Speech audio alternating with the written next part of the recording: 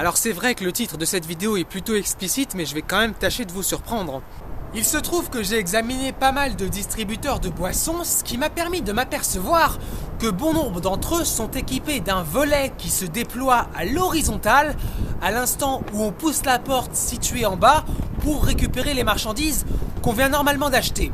À cause de ce volet, même si on rentre son bras à l'intérieur de la machine, il est impossible de le lever pour tenter de décrocher des articles à la main. Par contre, dès qu'on laisse la porte se refermer, le volet se repositionne à la verticale, ce qui fait qu'il n'obstrue plus le passage. Et partant de cette observation que j'ai trouvée très intéressante, j'ai pensé la chose suivante. Pourquoi pas concevoir et construire un robot qui serait équipé d'un bras télescopique se terminant par une pince? L'idée ce serait d'installer ce robot à l'intérieur de la machine en le faisant passer par la porte, de saisir ensuite sa manette de téléguidage et de tenter de piloter le bras et la pince le plus habilement possible de façon à décrocher des canettes. Une idée donc extrêmement tordue qui est parfaitement à mon image. Et donc sans plus attendre, voici la démonstration sur une machine réelle. La première chose à faire, c'est installer le robot à l'intérieur de la machine.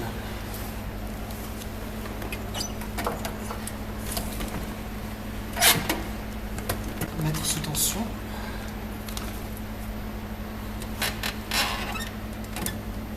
Refermer la porte. Et puis on prend la manette et on démarre. Je vais quand même en différé apporter quelques précisions sur ce qui va suivre. Donc le robot ne va pas tarder à apparaître. Il est actuellement en train de s'élever dans la machine pour positionner sa pince à hauteur des premières canettes. Par des mouvements assez précis de bas en haut et de gauche à droite, je vais essayer de me placer le plus en face possible d'une canette. Je m'avance vers elle, je serre les pinces pour l'agripper et je commence délicatement à la soulever.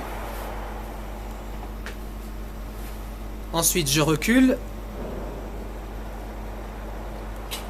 desserrage des pinces et puis on écarte le bras pour qu'elle puisse naturellement tomber dans le vide. Donc pour cette première fois ça a été un petit peu chaotique. Donc ça prend un petit peu de temps.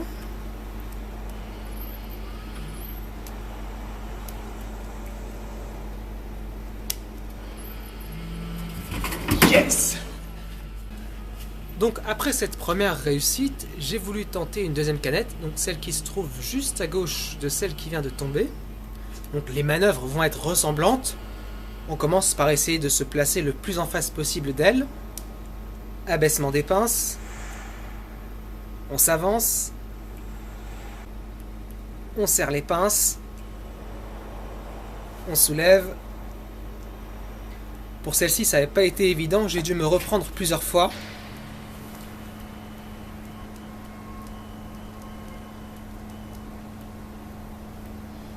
Recule. Attention. Desserrage des pinces.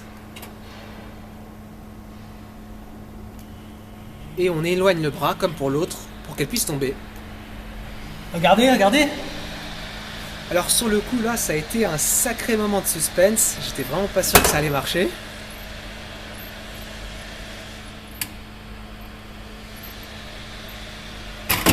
J'ai eu les deux. Je vous remontre ce que je viens de faire mais en plein jour pour que vous puissiez bien voir les détails. Le robot est sous tension, je prends la manette, je règle le mode automatique et j'appuie sur le bouton départ. Ça déclenche les premiers mouvements du robot. En fait, le robot là est en train de commencer à se déployer pour atteindre une position finale.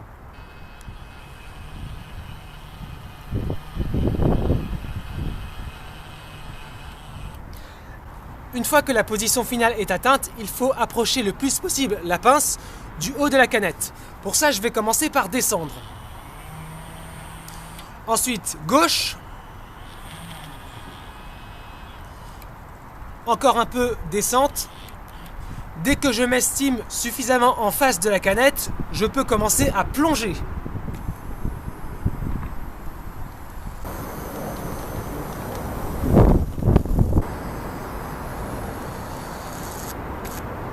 Ensuite, je serre les pinces.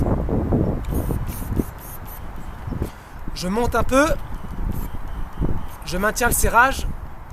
Et ensuite, je tente de soulever.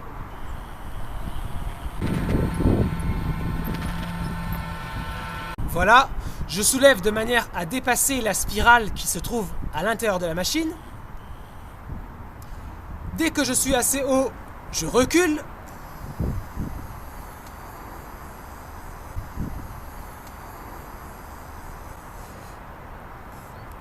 Et ensuite, je desserre les pinces pour libérer la canette.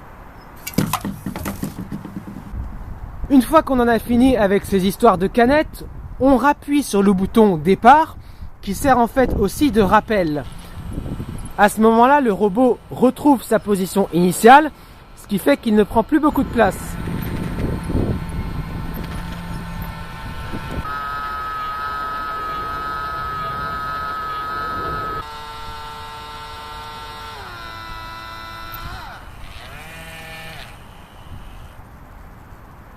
Je suis absolument sûr que tout le monde aura deviné l'origine du nom du robot. C'est un projet qui a été quand même très difficile pour moi techniquement. Le robot est entièrement fait maison, la manette aussi au passage. Je publierai donc prochainement une vidéo entièrement dédiée aux détails techniques.